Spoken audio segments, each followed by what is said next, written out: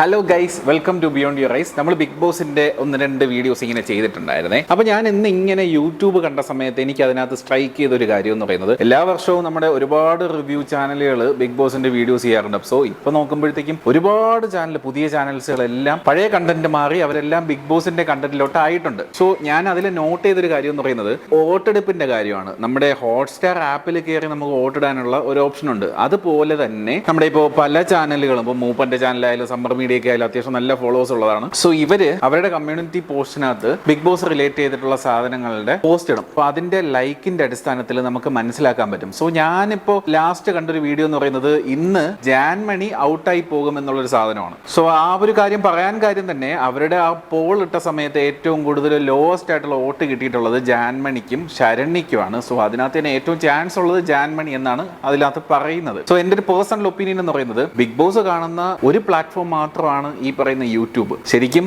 ഏഷ്യാനെറ്റ് നല്ലപോലെ റവന്യൂ ഉണ്ടാക്കുന്ന ഒരു ഷോ ആണ് ബിഗ് ബോസ് എന്ന് പറയുന്നത്. അതെന്ന് പറയുന്നത് നമ്മൾ ടി വിയിൽ കാണുന്നു, ഹോട്ട്സ്റ്റാർ വഴി കാണുന്നു, അതല്ലെങ്കിൽ ഏഷ്യാനെറ്റ് ചാനൽ സബ്സ്ക്രൈബ് ചെയ്ത് കാണുന്നു. അതുപോലെ തന്നെ യൂട്യൂബിൽ എനിക്ക് തോന്നുന്നു ഒരു 2 വർഷം മുമ്പ് തൊട്ട് ബിഗ് ബോസ് എന്ന് പറയുന്നത് ഒരു വലിയ ഒരു ചർച്ചാ വിഷയമാവുന്ന ഒരു സാധനമാണ്. പ്രത്യേകിച്ച് മലയാളത്തിൽ നമ്മൾ മലയാളികളായതുകൊണ്ട് നമ്മളിപ്പോൾ സ്ക്രോൾ ചെയ്ത് നോക്കുന്ന സമയത്ത് മലയാളം ബിഗ് ബോസ് ആയിരിക്കും എപ്പോഴും കാണുന്നത്. സോ മലയാളം ബിഗ് ബോസ് കാണുന്നത് പോലെ തന്നെ മലയാളം ബിഗ് ബോസ് റിവ്യൂ ചെയ്യുന്ന കാര്യങ്ങളാണ് ഏറ്റവും കൂടുതൽ നമ്മളിപ്പോൾ യൂട്യൂബിൽ നോക്കുന്ന സമയത്ത് കാണുന്നത്. സോ അതിന്റെ അടിസ്ഥാനത്തിലാണ് ഈ യൂട്യൂബ് എന്ന് പറയുന്ന പ്ലാറ്റ്ഫോമിൽ മാത്രമാണ് ഈ പറയുന്ന ജാൻമണി എന്ന് പറയുന്ന കണ്ടസ്റ്റന്റിന് ഇത്രയും വോട്ട് കുറവ് കിട്ടിയിരിക്കുന്നത്.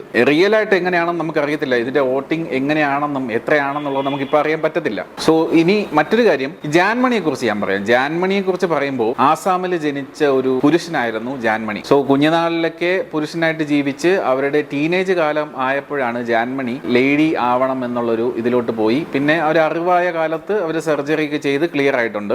സോ അതിനുശേഷം ഒരുപാട് സ്ട്രഗിൾ ചെയ്ത് ജീവിച്ചു വന്നൊരു വ്യക്തിയാണ്. അതുപോലെ കൊൽക്കത്തയിൽ എങ്ങാണ്ടോ ആണ് പുള്ളിക്കാരി ഈ ഒരു മേക്കപ്പ് ആർട്ടിസ്റ്റ് എന്നുള്ള രീതിയിൽ വർക്ക് ചെയ്ത് പോകുന്നു. പിന്നെ കുറച്ച് കാലത്തിന് മുമ്പാണ് നമ്മുടെ കേരളത്തിലേക്ക് എത്തി. കേരളത്തിൽ വന്നിട്ടും സെലിബ്രിറ്റീസിനെ മേക്കപ്പ് ചെയ്യുന്ന ഒരു ജോലി, അതുപോലെ ബ്രൈഡ്സിനെ മേക്കപ്പ് ചെയ്യുന്നത്, അങ്ങനെ ഒരു സെലിബ്രിറ്റി മേക്കപ്പ് ആർട്ടിസ്റ്റ് ആയിട്ടും ബ്രൈഡൽ മേക്കപ്പ് ആർട്ടിസ്റ്റ് ആയിട്ടും വർക്ക് ചെയ്ത് പോകുന്ന ഒരു വ്യക്തിയാണ്. സ്വന്തമായി ഇപ്പോൾ മേക്കപ്പ് ഇൻസ്റ്റിറ്റ്യൂട്ട് ഒക്കെ സ്റ്റാർട്ട് ചെയ്തിട്ടുണ്ട്. അത്യാവശ്യം ഇൻസ്റ്റാഗ്രാമിൽ യൂട്യൂബിൽ നല്ലപോലെ ഒരു ഫോളോവർ ബേസ് ഉള്ള ഒരു ലേഡിയാണ് ജാൻമണി. പക്ഷെ എന്തുകൊണ്ട് ജാൻമണി ഈ ബിഗ് ബോസിനകത്ത് വന്നപ്പോൾ ഇങ്ങനെ ഒരു ശാപവാക്കുകളും, അതുപോലെ ജാൻമണിയുടെ സംസാരം തന്നെ കേട്ടാൽ മനസ്സിലാവും എന്തുകൊണ്ട് ഇത്രയും ഒരു ചർച്ചാ വിഷയമായി. നോക്കിയാൽ പുള്ളിക്കാരി ആസാമിലാണ് ജനിച്ചത്, അതുകൊണ്ട് തന്നെ ഒരു ഹിന്ദി ടച്ച് ആയിരിക്കും എപ്പോഴും. നമുക്ക് ആക്ച്വലി ഒരു പ്രൗഡാണ് അവിടെ ജീവിച്ച ഒരാള് കേരളത്തിൽ വന്ന് മലയാളം പഠിച്ച് മലയാളികളുടെ കൂടെ ജീവിച്ച് നല്ലപോലെ വിജയിച്ചു പോകുന്നത് ഒരു തരത്തിൽ നമുക്ക് ആക്ച്വലി നല്ലൊരു കാര്യമാണ്. സോ ആ ഒരു സാഹചര്യത്തിൽ കുറച്ച് ഹിന്ദി കലർന്ന മലയാളം കയറി വരുന്നതിൽ നമുക്ക് ആ ഒരു തെറ്റ് പറയാനൊന്നും പറ്റത്തില്ല, നല്ല കാര്യമാണ്. സോ ശരിക്കും പറഞ്ഞാൽ അപ്രീഷിയേറ്റ് ചെയ്യേണ്ട ഒരു കാര്യമാണ് ജാൻമണിയുടേത്. പിന്നെ